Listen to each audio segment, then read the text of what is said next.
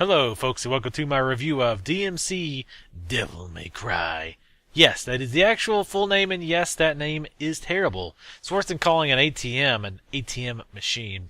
Anyways, before we dig into this, we can't not talk about the drama surrounding this reboot and the main character, Dante himself. If you've not been following the ruckus, I'll go ahead and summarize. Some fans of the Devil May Cry series are unhappy with the changes that were made.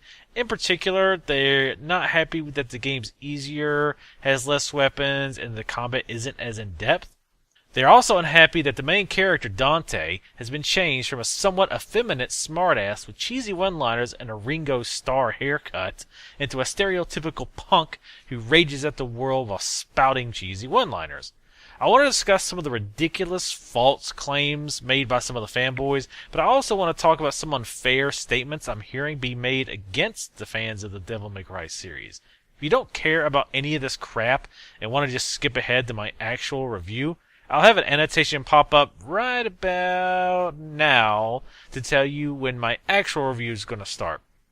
I want to start off by saying that it's okay to be a passionate fan of something. It could be video games, book, series, dorky sports team, whatever. It's not okay to be an idiotic fanboy that lies and attacks others just to protect your precious. I get where you're coming from. I totally get where you're coming from. Let's make a comparable analogy. Let's look at the Thief series, which is one of my favorite video game series of all times. If Thief got a reboot and the new Garrett was a fun-loving, sassy, good-hearted ladies' man who just couldn't say no to a party, I'd be angry. No, wait. I'd actually be livid. And what if the stealth elements were dumbed down? And what if killing all the guards was just as easy as stealthing into that Taffer's mansion? I would not be happy at all. I'd feel like they shit on one of my favorite franchises just to appeal to more people, aka make more money. However, at some point, as a sane, logical, semi-intelligent, very handsome person, when the game released, I need to step back and judge the game on its own merits. If I enjoyed it, but disliked the dumbing down of central elements of gameplay, that means I still like the game, but I'm disappointed in what it could have been. In this hypothetical case, I may give the game a 7, not a 0, a 1, or a 2. This brings us to Metacritic and some of the foaming at the mouth fanboys of Devil May Cry. Go take a look at how many knuckle-draggers are rating the game a 0 or a 1. No matter how much you hated it, it's not a 0. You've probably never played a 0 or a 1 game in your entire life. Those ratings are reserved for games that are literally unplayable. Games like Big Rigs or The War Z. Hell, even Daikatana doesn't deserve a 2. If you look through those reviews, it's immediately obvious that many of these reviewers either didn't play the game all the way through, or didn't try out harder difficulties, or even touch the game at all. I've read retardation from you can kill every enemy in one hit on Son of Sparta difficulty with the axe, to you can just keep mashing one button and always get a triple S rating. Having beaten the game on 4 different difficulties, I can tell you that both of those statements, like many others being made, are provably false. What I'm trying to say is this: don't be a dick fanboy.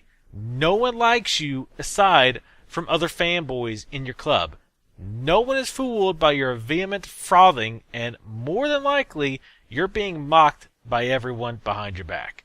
This goes for fanboys of anything, not just Devil May Cry.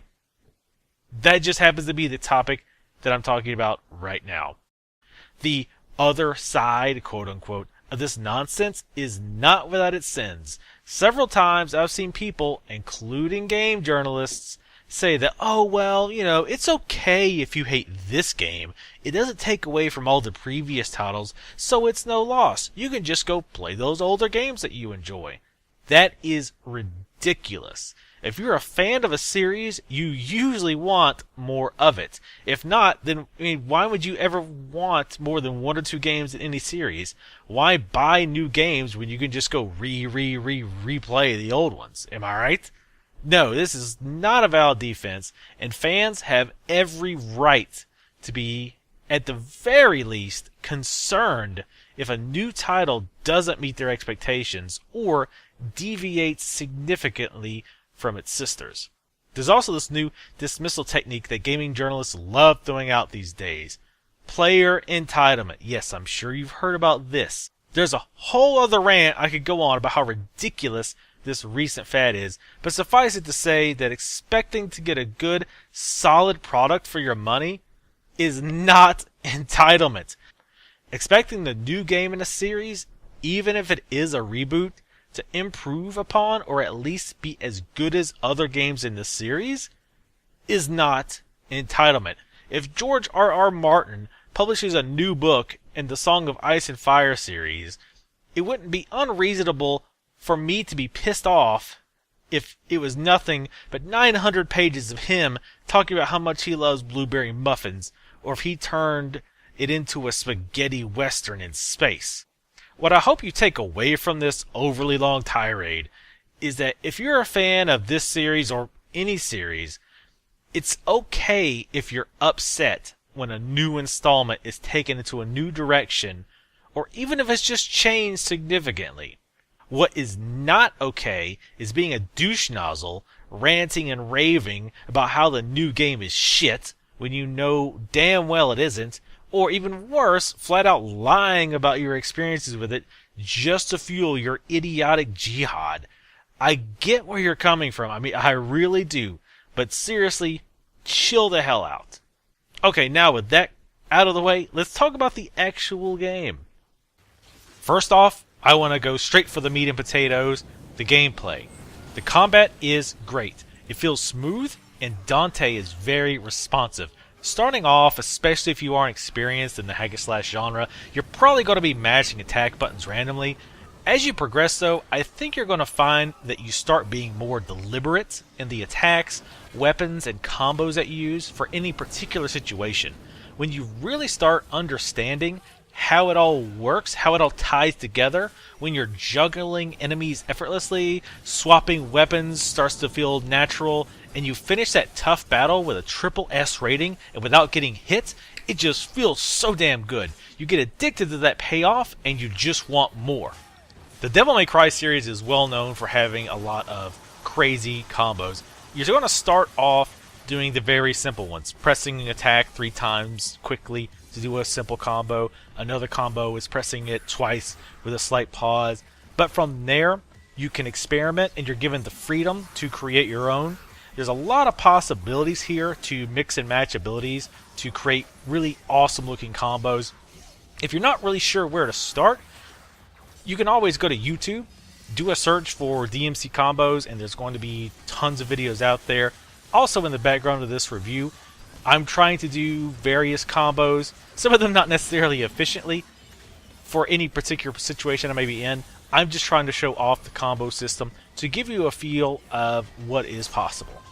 You start off with only your sword, Rebellion. Eventually you unlock 5 melee weapons and 3 guns. 2 of these melee weapons are demonic, 2 of them are angelic. These attributes come into play when you're attacking certain enemies or opening some pathways. All of the weapons have varying uses and combos, but it does feel a little restricted compared to, say, Bayonetta, and I believe the other Devil May Cry games had more weapons available. And the weapons are mostly balanced, but the axe I feel is too powerful. They've recently toned it down in a patch on the PC. I still think it does too much damage and gives you too many style points, just doing very simple combos. The gauntlets, on the other hand, seem a little weak and more limited in their functionality. They're not terrible, but I think they could probably use a slight buff. Early on, you'll unlock 2 hooks. There's an angelic hook that pulls enemies to you, and a demonic hook which pulls you to the enemy. It's an awesome mechanic. It makes you very mobile in combat, allows you to set up even crazier combos, and it's really nice to get out of sticky situations as well. It does need some work on its accuracy. A lot of times it'll miss obvious hook points. When you're doing some platforming, frequently there will be these hook points where you can throw the hook at to swing across. Several times I would be obviously looking at the hook point, within range, but it absolutely refused to grab it, leading to some very frustrating and unnecessary deaths. So hopefully that's something that gets fixed. Another problem is grabbing flying enemies. Many situations you'll run into, there will be a flying Cupid or angel in the back that you want to grab, but it will keep grabbing enemies that are closer to you. They really should change this to prioritize flying targets since there's no lock-in system, because more often than not, you want to grab those flying enemies right off the bat because they can be a real bother. Speaking of a lock-on function, it's missing, but it would be very nice to have. If nothing else, please fix the hook priority so that it always targets any flying enemies that I see on the screen first. I want to briefly discuss two different enemy types that you're going to run into: red and blue enemies. Red can only be damaged by demon weapons, blue can only be damaged by angelic weapons. It's an interesting idea, and it can be fun when they use it sparingly, like mixing in one or two red or blue enemies within a group of regular enemies. But in harder difficulties, it gets way overused. It seriously hampers your freedom in combat. It cuts down your weapon choices from 8 to 2, and it just becomes really tedious. This mechanic should have been used half as often as it was, if not less. Another staple in the Devil May Cry series is the style system.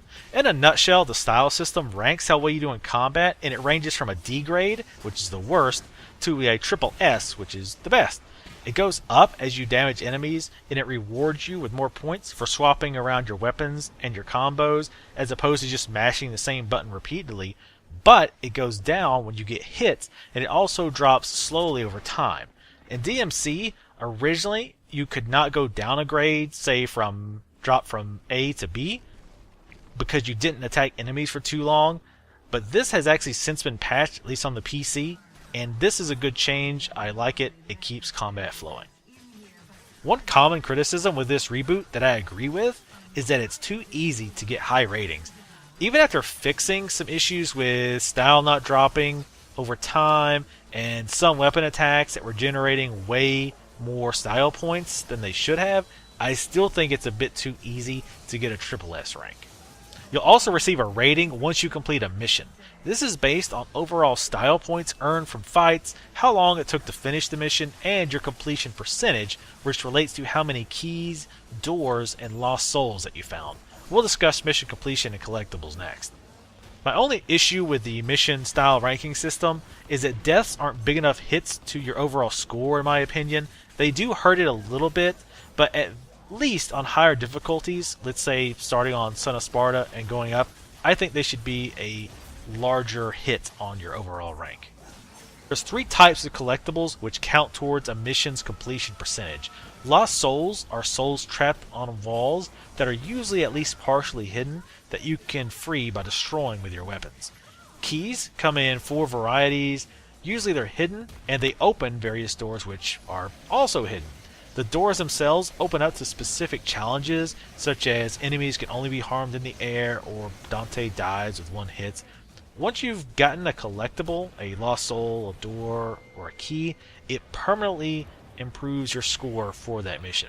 This includes replaying through different difficulties. This keeps you from having to reobtain all of them every time you run through the game again. All of this may seem overwhelming, especially if you're a newcomer to the Devil May Cry series or this genre, but don't worry, DMC does a good job of easing you into these new abilities and weapons and getting you to use them over and over so that you get used to how they work and eventually can work them into your standard combat rotation. Now let's talk about one of the big sticking points for a lot of people, DMC's difficulty. There are 6 difficulties available: Human, Demon Hunter, Nephilim, Son of Sparta, Dante Must Die, Heaven or Hell, and Hell and Hell. Only the first 3 are available initially, while the others can be unlocked by beating the game. I'd suggest veteran gamers start on Nephilim, and newbies start with Demon Hunter. I think that Human is going to be too easy for most folks listening to this review. The first 3 difficulties are quite easy, especially if you're a fan of this genre. However, the difficulty does ramp up in Son of Sparta and Dante Must Die. Both Heaven or Hell and Hell and Hell are special difficulties. In Heaven or Hell, you die in one hit, but so do all your enemies, including the bosses. Honestly, it's very easy, but it is a lot of fun. Now in Hell and Hell, Dante dies in one hit, but enemies have their normal health pools. So for those wanting a challenge, Hell and Hell is what you're looking for. I've read lots of posts where the person's complaining that the game, even on the hardest difficulties, is too easy. While I don't doubt that there are pros out there who will blow through this game on Dante Must Die and Hell and Hell difficulties, I find it all but impossible to believe that this applies to the majority of these posters, especially since they often trip themselves up in their ranting to expose that they haven't even tried these harder difficulties or even played the game at all. This goes right back to not being a lying asshat, by the way. Anyway, let's check some stats. First, let's take a look at Steam achievements. Keep in mind that DMC's only been available on PC for about a week as of this recording, so that obviously will have some effect on these numbers. 2.8% of Steam users who own DMC have beaten the game on Son of Sparta difficulty. 0.6% have beaten it on Dante Must Die difficulty, and 0.2% have beaten it on Heaven and Hell. I wasn't able to find official numbers for who had what achievements for 360 or the PS3, so I used trueachievement.com.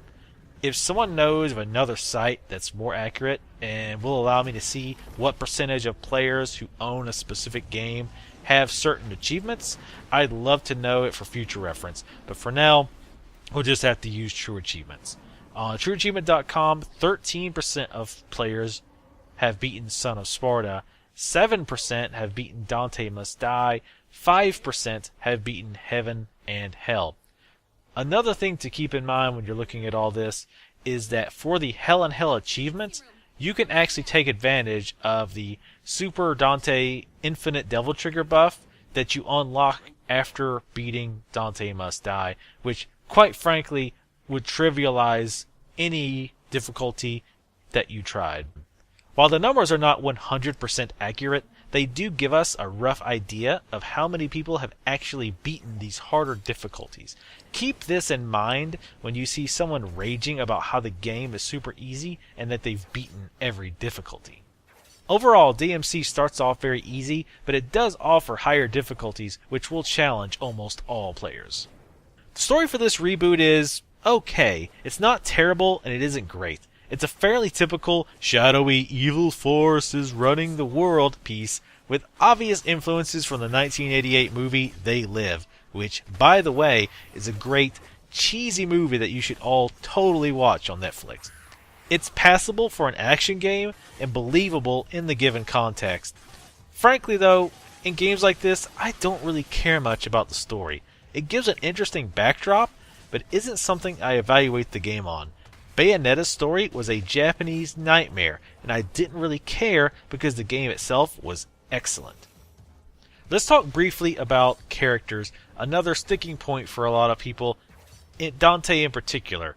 Now Dante does start the game off as a selfish jerk, but he becomes more empathetic and likable as the story progresses. Complaints that he's just a selfish ass are not valid. I want to avoid spoilers, but let's just say that he proves himself quite the opposite by the end of the campaign. In addition to this, as you learn his background and look at what he's had to deal with growing up, his initial attitude and the drinking and the active sexual lifestyle really makes sense for his character. By the time the game's over, you can see him developing into a more responsible, mature person, though I'm sure he'll never give up those cheesy one-liners. In regard to his new look, I've got to say that it's grown on me, and I like it. It's much better than the initial concept for the new Dante they showed off early on in development. You can see here that the new Dante is, if nothing else, far better than the old new Dante. Kat is quite likable. I don't agree with others, though, that have said that she is weak. Given some of the things that she does for Dante, Virgil, and the Order, I think it's quite silly to call her weak. Virgil's very meh, was not a fan of his character at all, or that god-awful hat. None of the villains, including the numero uno bad guy Mundus, were very memorable, barring possibly Bob Barbas, who I found amusing in some ways.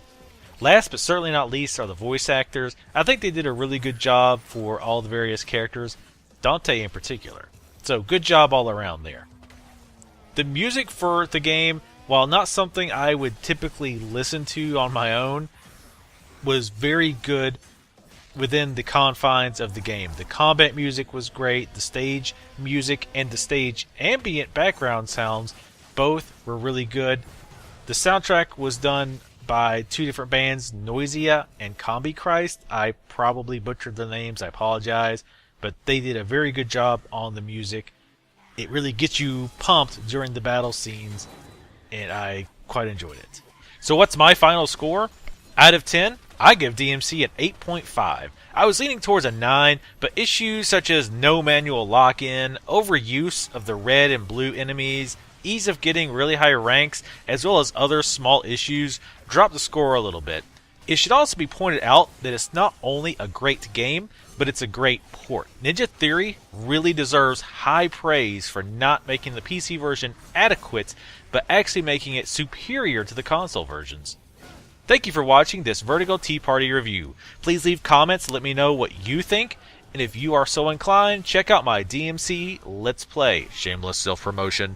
Thank you for stopping by, and I will see you next time.